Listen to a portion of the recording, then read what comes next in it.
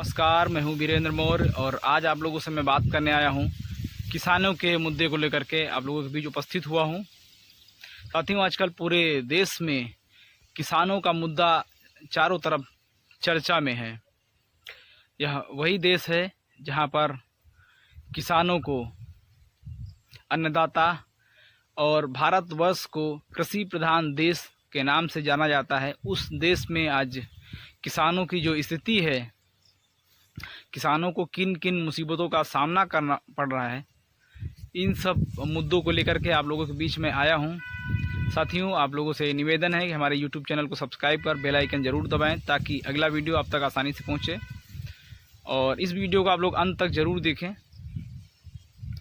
साथियों, कृषि प्रधान देश भारत में जो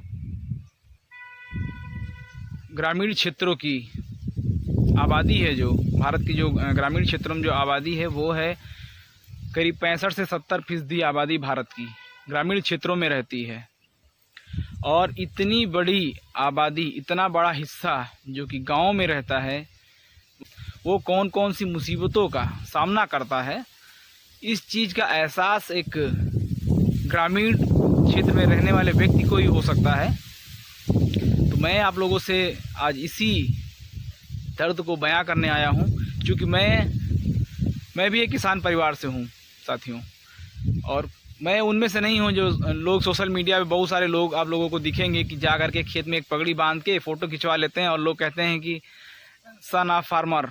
मैं उनमें से नहीं हूं, मैं वास्तव में किसान परिवार से हूं। तो शहर में रह रहे लोगों को सुबह ब्रेकफास्ट के समय उनको ताज़े फल, ताज़ी सब्जियां उनको मिल जाती हैं और उनको इस चीज़ का एहसास नहीं है कि वो हरी सब्जियां कहाँ से आती हैं और कैसे तैयार की जाती हैं। वो ग्रामीण क्षेत्र में आप कभी आइए, कभी आप लोग भ्रमण कीजिए और ग्रामीण क्षेत्र में आप देखिए आकर के इस समय किसानों की क्या हालत हुई है। एक तरफ प्रकृति की मार किसान झेल रहे हैं, कभी बेमौसम बारिश होती है और कभी बारिश के मौसम में बारिश नहीं होती है। किसान इससे परेशान हैं। समय से बिजली नहीं मिल पाती किसानों को, इसके लिए परेशान होते हैं।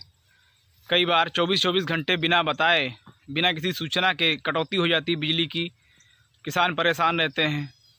किराए के पाइप वगैरह वो लेकर के आते हैं और उनको जब पानी नहीं मिलता है, बिजली नहीं होती है, तो उनको बिना मतलब के उनको भाड़ा भी देना पड़ता है।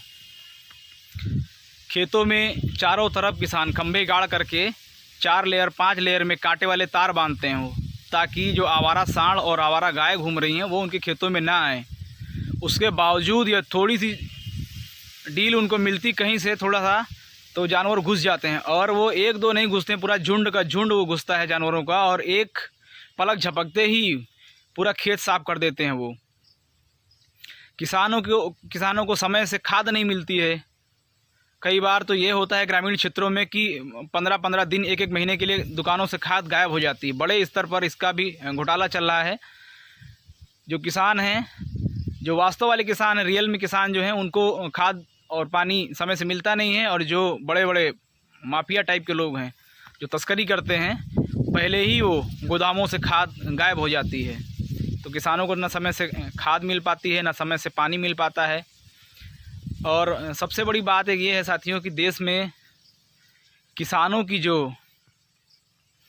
यूज वाली चीज़ें हैं, जैसे डीजल है, डीजल का दाम सरकार फिक्स करती है और अपनी इच्छा अनुसार जब सरकार की मर्ज़ी होती है तब उसके डीजल के दाम बढ़ाती रहती है। जो कीटनाशक हैं किसानों का, उसको भी सरकार उसका रेट फिक्स करती है। जो दवाएं हैं, जो बीज है, सब कुछ सरकार फिक्स करती है।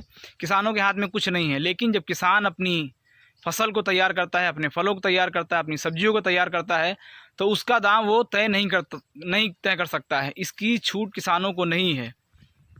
यही कारण है अभी जो कोरोना काल में पिछले कुछ दिन जब लॉकडाउन चला, उस समय किसानों की सब्जी खेतों में सड़ गई, क्योंकि लॉकडाउन था और हमारे प्रशासन के साथियों का दुर्व्यवहार था किसानों के साथ कि वो बेचारे यदि सब्जी लेकर जा भी रहे थे, उनको इतने बुरे तरीके से कई जगह पीटा गया। इसके वीडियो भी वायरल हुए सोशल मीडिया के माध्यम से।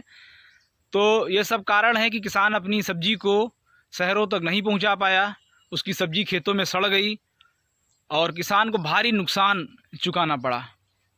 तो इस नुकसान को कोई देखने वाला नहीं है और यही वजह है कि भारत में प्रतिवर्ष जो सरकारी डेटा है उसके अनुसार भारत में प्रतिवर्ष 40 से 45 हज़ार किसान आत्महत्या कर रहे हैं।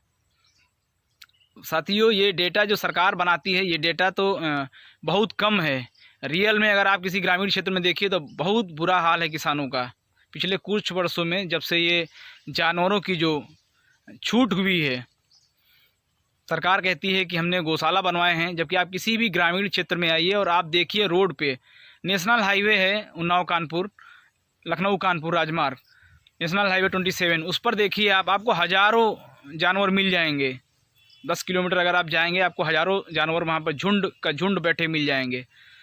तो ये सब कारण हैं, लेकिन सरकार और भारत का जो विपक्ष है किसी का ध्यान इस ओर नहीं जाता है। और दुख तो तब होता है जब लोकतंत्र का चौथा स्तंभ कहा जाने वाला मीडिया, वो भी इन सब मुद्दों को उठाने के बजाय उसको सुशांत सिंह राजपूत दिखाई देते हैं, कभी रिया चक्रवर्ती, कभी IPL, इन सब मुद्दों को लेकर के वो चर्चा में बने रहना चाहते हैं, अपनी TRP बढ़ाना चाहते हैं, लेकिन किसानों के मुद्दे को उठाने वाला कोई नहीं है। साथियों, भारत वही देश है जहां विजय माल्या, नीरव मोदी, मेहुल चौकसी जैसे हजारों भगोड़ों को सरकार ने अपनी रजामंदी से विदेश भेज दिया, ससम्मान विदेश भेज दिया। और जब चुनाव आता है तब सरकार कहती है कि नहीं, हम उनको वापस लाएंगे, लेकिन वो वापस कभी आते नहीं, चुनाव हो जाता है और बात ख़त्म हो जाती है। और ऐसे पूंजीपतियों का सरकार ने करीब 68,000 करोड़ रुपए कर्ज माफ़ कर दिया, लेकिन किसानों का कर्ज ये लोग माफ़ नहीं करेंगे, किसानों को आत्महत्या के लिए छोड़ देंगे।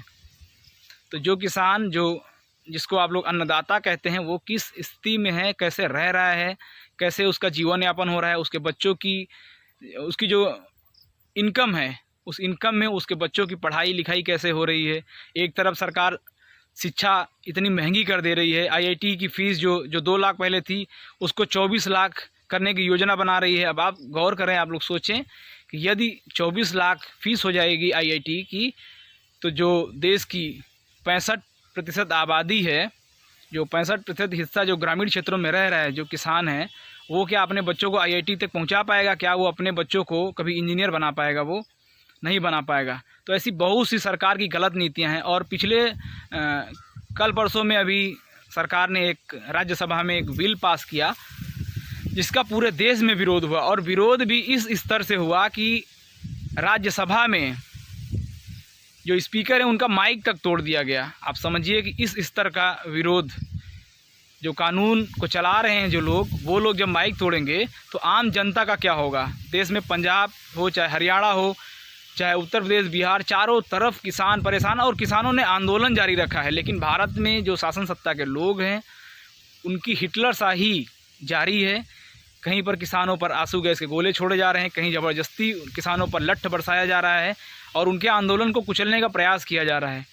लेकिन मैं सरकार और इस प्रदर्शन और इस आंदोलन को रोकने वाले लोगों को बता देना चाहता हूं कि आप जितना इस आंदोलन को रोकने का प्रयास करेंगे, ये आंदोलन रुकने वाला नहीं है। आपकी जो जड़ें हैं बहुत जल्दी हिल जाएंगी। और जिसने आपको सत्ता के शिखर तक पहुंचाया है, आप ये मत सोचिए कि आपको उद्योगपतियों ने वहां पहुंचाया है दिल्ली के दरबार में। आपको इस 65% आबादी वाले किसान और जो मज़दूर हैं, ग्रामीण क्षेत्र के लोग हैं, उन्होंने आपको दिल्ली की सत्ता तक पहुंचाया है। तो अगर किसानों ने आपको वहां पहुंचाया है तो आपको किसान उखाड़ के भी फेंकेंगे। आप इंतज़ार करिए, बस समय का इंतज़ार करिए आप। किसानों ने जैसे ही आपको वहां पहुंचाया वैसे ही आपको हटाएंगे भी किसान।